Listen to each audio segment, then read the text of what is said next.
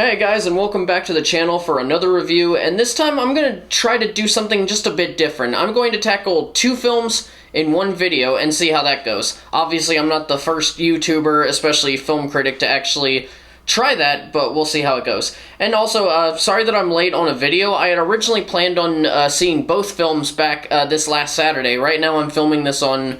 what is it, Monday? It's Monday or something. But I was going to see both of them on Saturday and then release the video like early Sunday. But I was honestly having a rough day that day. As I've mentioned before on the channel, I have issues with depression, and I was so tired from work the night prior that I had missed my first showtime, and I was within 10 minutes of my second by the time I woke up. And now, the theater that I was going to is less than 10 minutes away from my place, but missing that first showtime really demotivated me. So I just stayed home and sulked. And I would have gone yesterday as well, but it was the premiere of The Last of Us on HBO, and that was my primary focus for that day. And now I was able to see both films I had originally planned on, so let's get into them. You have to do everything on your own. But guess what? No one can. Even if the sun don't shine, I'm Peppo! You want to see a trick? Yeah! Could I borrow a coin? What did you do? Everybody back to the corner! Sir, no. It was all the clown's fault. A Man Called Otto, based off of the Swedish film A Man Called Ove. I actually don't know how it's pronounced. Ove, maybe? I don't know. Is directed by Mark Forster, who... is it Forster or Forster? I think it's Forster? Forster... who directed films like Finding Neverland and World War Z, Quantum of Solace, and stars America's dad, Tom Hanks, as Otto, an elderly man living in a small neighborhood who is very curmudgeon. He comes across as very rude to other people, including his own neighbors, and can initially come across as, well, let's just say kind of a Karen, but things slowly start to change when a new family moves across the street, and they sort of wiggle their way into his heart. Once again, as he is in every movie that he's in, except for that Disney Plus Pinocchio movie, but we don't talk about that, Tom Hanks gives a great performance that is grounded, believable, and deep. This is the kind of character that at first can come across as grating. He has a morning routine that involves things like chastising people who don't close certain gates, sorting through the trash because people are putting aluminum soda cans into the regular trash. He's a man with very staunch principles and a very strict routine, as well as a short temper fuse. But there's definitely... I don't know, there's definitely a part of the enjoyment with Otto in those early moments being that, well, it's Tom Hanks. I mean, we all love Tom Hanks, but at the same time, there is the performance as well as the dialogue written for him, and we get to understand more about him as the film goes on, and why he became how he is in this film. And much of it's very heartbreaking, and I do like that they didn't make him a bigot in the movie. When I originally heard that this film was coming out, and I had even heard about the original Swedish film back in, I feel like it was like mid-2010s, give or take. When I had heard about those, I kind of expected sort of a Gran Torino thing, you know, with Clint Eastwood, only less to do with gangs, but I like that Otto didn't have any kind of hate for any specific kinds of people. He was just kind of a I hate everyone equally kind of guy. He just thinks that people are stupid. And also, I have to give a shout out, since I'm on this part, to Truman Hanks, one of Tom's sons, who portrayed Otto in flashbacks. Obviously, the resemblance helped, and the fact that he sounds like a Hanks, but he also gave a deep performance in his smaller scenes.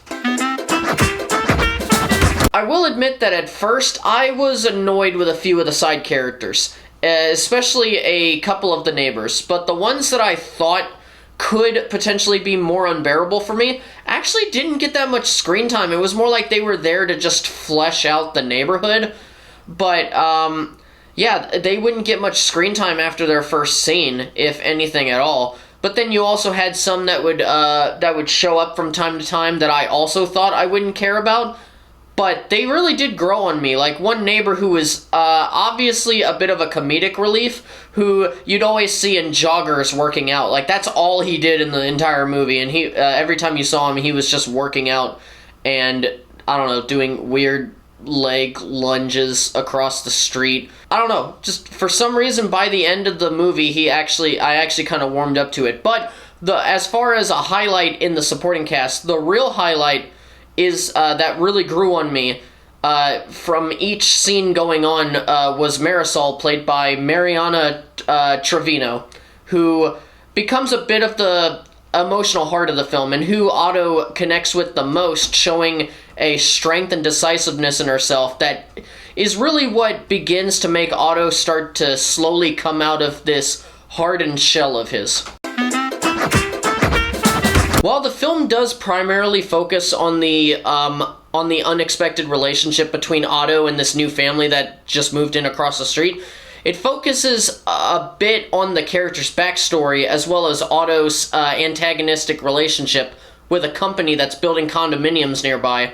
And while I think I would have been okay if it was just a film with the cliche plot of old curmudgeon gets new neighbors who teach him the power of love, I'm glad that it wasn't just that, and we get to see through his reactions with people, especially in the flashback sequences and with people tied to those flashbacks, that Otto has all of those layers and already had the capacity for love. And it's really just showing where he has come to, what he's trying to do with the rest of his life, and also how he chooses to go about it, and seeing him slowly get back to a semblance of that prior life. And really, it really just focuses primarily on what he's trying to do with the rest of his life, because, and I'm not going to go into any spoilers with anything, but he has gone through some tragedies in his life, and he's just trying to figure out what to do after a certain point, after it feels like he doesn't have too much left in his life. And with other aspects of the story, there are little hints sprinkled throughout the show that showcase that something's going on in the neighborhood, that something's wrong. And I'm not talking about in like a thriller or a horror sense. This isn't that kind of film, but it's a route that I was really hoping that they'd put focus on as the film went on, and by the end they did, and it was very satisfying. I do want to give a quick shout out a final shout out to the technical side of the film. While both of these things are not the most fascinating thing in the present day scenes for the most part, though I will admit the editing is pretty sharp during the comedic bits, it's in the flashback sequences where you get to see some of that editing that Forster films are known for, thanks to his editor, Matt. Is it Chesse? I'm sure I probably butchered that all three ways that I did it, or 3, 4, whatever. Anyway, Matt, I'm gonna call him Matt Chess, who had worked for him before on actually most of his films before this point. I think he was even nominated for Best Editing for Finding Neverland. And the edit in this film, in A Man Called Otto, was very effective, especially when the flashback sequences would intersect with the present-day scenes. A Man Called Otto was a film that I was not expecting to love, especially because I had started hearing rumblings that the response from at least critics, I'm not sure what audience members were thinking mostly, I haven't checked that out, but I was under the impression that most critics didn't really care for this movie, that everything... It wasn't bad, but it was more mixed than anything. But this was a film that I ended up enjoying very much. And it was mostly about the story of this character and the people around him. And naturally, that would be enough for me. but the addition of the added technical quality in the flashbacks and the quality of the actual script itself made it immensely enjoyable for me. So this is a definite recommend to tide you over until the next big blockbuster you want to see, which I think is Ant-Man, unless there's something else that I can't think of off the top of my head. Trailblazer 119, we are dark. Then why'd they lock you up? No one cares what really happened, but they say redemption can be found in the most unusual places.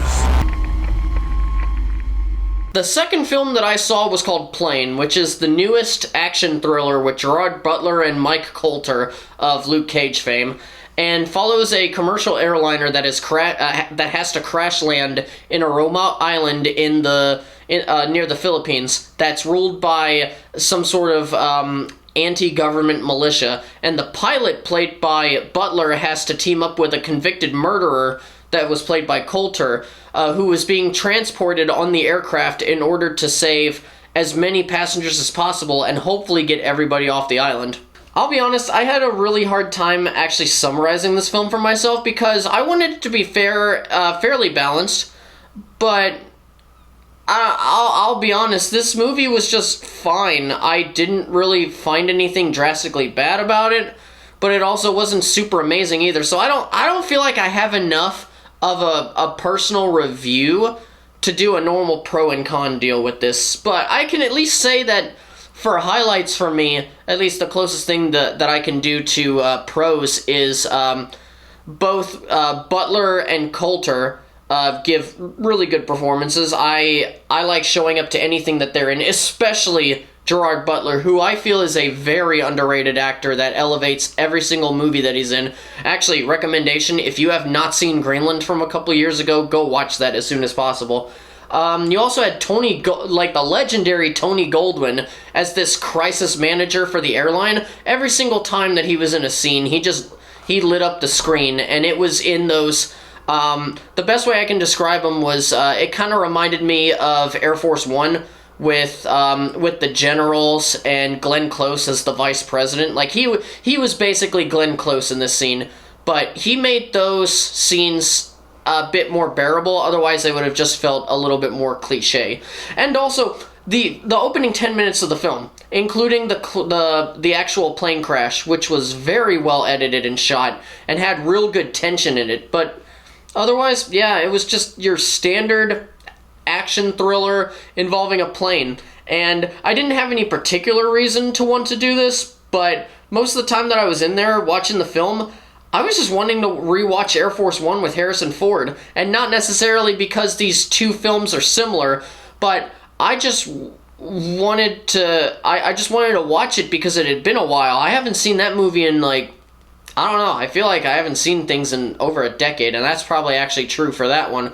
But either way, I haven't seen it in a while, and I had planes on the mind. So yeah, sorry that the second review didn't have too much to it, but if I had to choose which film I'd recommend over the other from this last weekend, to tide you over until the next couple of days, when the next movies come out, or if you just want to catch up with everything this coming weekend, I would recommend personally A Man Called Otto. Otherwise, if you'd rather see something a little bit more action-packed, Plane isn't offensive in the slightest. It's just, if I have to choose which one I think is better, it's A Man Called Otto. I have somebody outside that's lighting stuff, and I think there's a junction box down there, I don't know. Sorry, I got distracted. But, shit, where was I?